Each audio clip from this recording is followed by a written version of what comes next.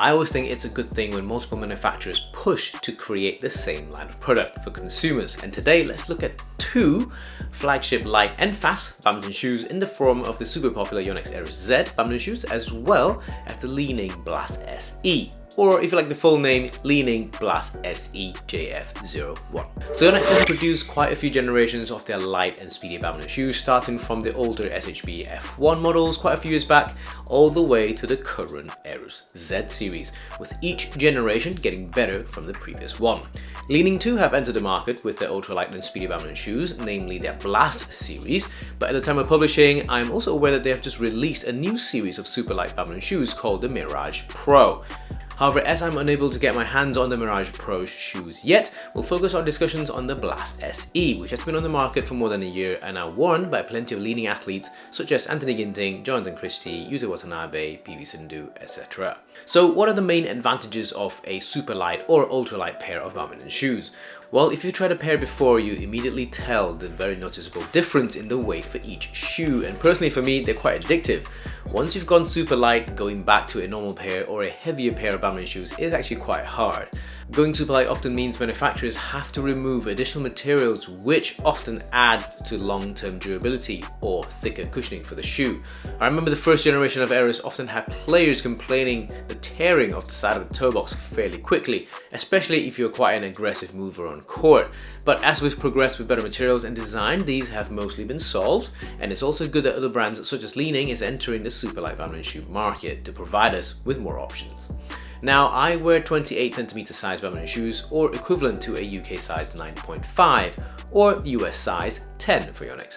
For Li Ning, 28cm or 280mm is also UK size 9.5, but US size 10.5, so some slight differences there. I would always recommend you measure your foot size whilst wearing your badminton socks too, to be as accurate as you can. If you're unsure what size you are, I have size guides available on my blog, which I'll link in the description below. So let's start our deep dive into both pairs of shoes with their weights. Now, there's no official standard for this, but to qualify as a super light or ultralight pair of badminton shoes, and at least for my size, you probably have to be below 600 grams per pair, and both shoes were under that. The current generation of Yonex Aerus Z was only 529 grams per pair, which equates to just under 265 grams a side. The Li Ning Blast SE was just a touch heavier at 576 grams per pair, or 288 grams a side. To put this in perspective, here are the weights of some of the other flagship badminton shoes I've tested. The legendary all-rounder Yonex Power Cushion 65 in blue was 667 grams per pair. The C90 version, super sustainable one, was lighter at 648 grams, whilst my other personal favourite, the Infinity 2 with the boa dials, came in at just 630 grams a pair. The super comfortable and supportive Eclipsion was 731 grams a pair, and the Comfort Zs came in heaviest at 740 grams a pair at my size. The badminton shoes that Lee Zijia and Anders Antonsens wear, the Victor A970 Nitrolights, came in at 732 grams a pair too. Review coming soon, so make sure you're subscribed. So essentially, these two models are lighter than all the other flagship badminton shoes out there. If we take a closer look at the construction of the shoes for comparison, we can see that the Yonex Aerus utilizes an almost single piece of material on the shoe upper, which is combined and stitched around the heel area. They've also added some soft touch grippy material around the big toe area to help with lunging, grip and durability too. Yes, the upper feels thin, but the material feels quite alright and actually feels quite secure when you're laced in. The tongue of the Aerus does feel very thin but comfortable. Yonex have also reinforced the shoe with a layer of semi-transparent coating around the shoe upper to increase durability as well as strength. You won't necessarily see this if you're not really looking for it, but you will feel it if you run your fingers around the shoe. In terms of the sole of the Aerus, I'm a big fan of the Radial Blade outsole design, as I do feel there is better grip, which provides me with more confidence when going for shots. The Aerus also has a graphite plate in the center of the shoe where our arches are. Unlike other Yonex shoes where the bottom of the shoes are breathable, the Aerus is completely sealed from the bottom and will have to rely on its meshed upper for airflow. I'm also not a fan of the insoles which comes with the Aerus. Yonex generally have three types of insoles for their flagship shoes, and this one that comes with the Aerus I feel are slippery, which doesn't help if you don't have grippy socks. The Aerus's insoles, however, does have holes on the top half of them, so that should help with some ventilation. In terms of the design and colour for this generation, I like the colour of the Aerus wide model, where Yonex calls it grey yellow, but for me it's ombre lime, and that looks amazing. It's a shame that it's not available for regular width models. If we compare the looks of the Li Ning Blast SE with the Yonex Aerus Z, I think the Blast wins for this generation.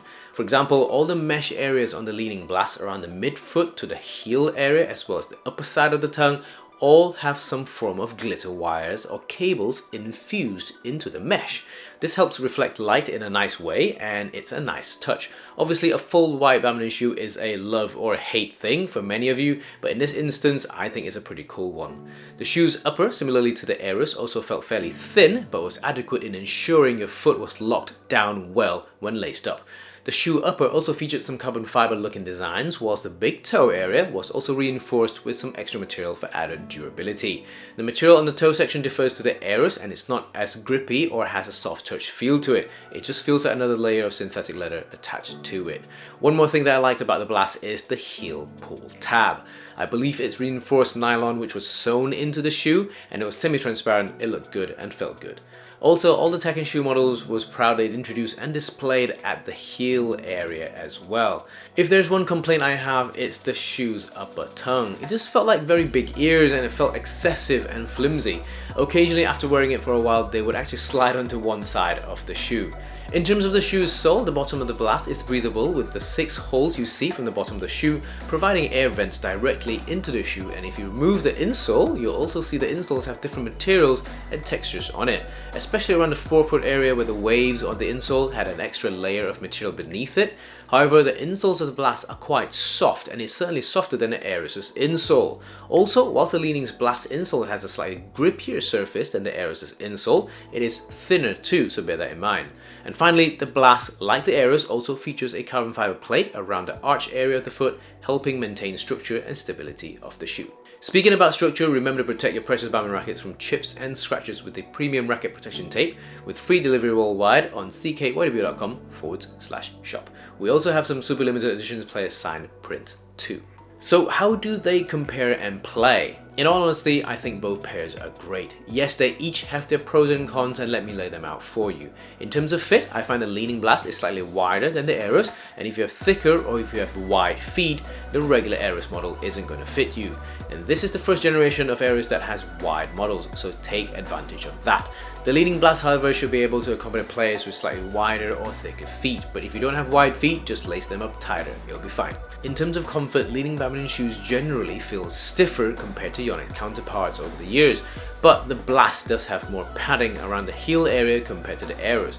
But inside the shoe, the Blast feels softer compared to the Aerus, which has a slightly stiffer cushioning. Stiffer doesn't mean bad, by the way, it's just a more solid feel compared to the Blast. If you've worn an Aerus before, you will also know that you'll feel quite close to the ground due to the thinner layer of cushioning.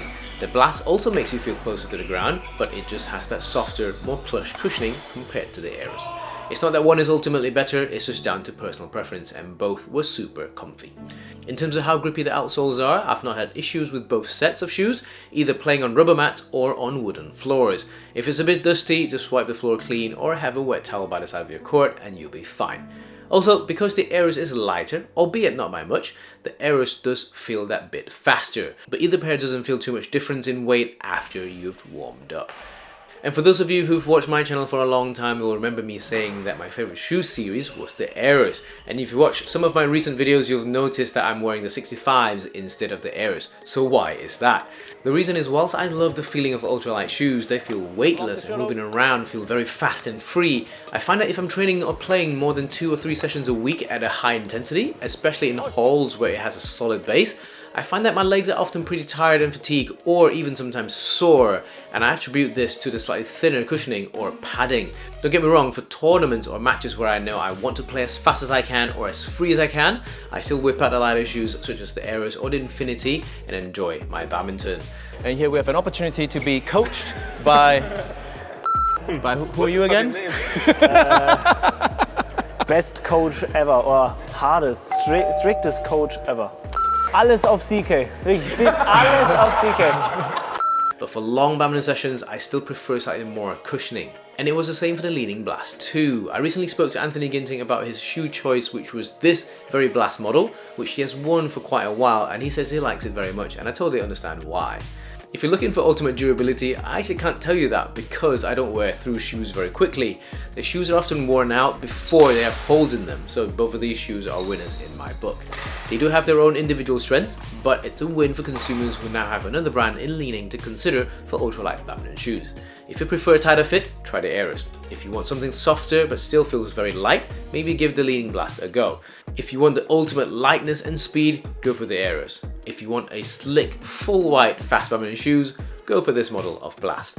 I do look forward to testing the Li Ning Mirage Pro badminton shoes, seeing as it'll be an upgrade to the Blast, and hopefully it has incorporated some of the upgrades in there too. Have you tried either super light badminton shoes? Which one was your favorite? Let me know in the comments below, and I will see you in the next one.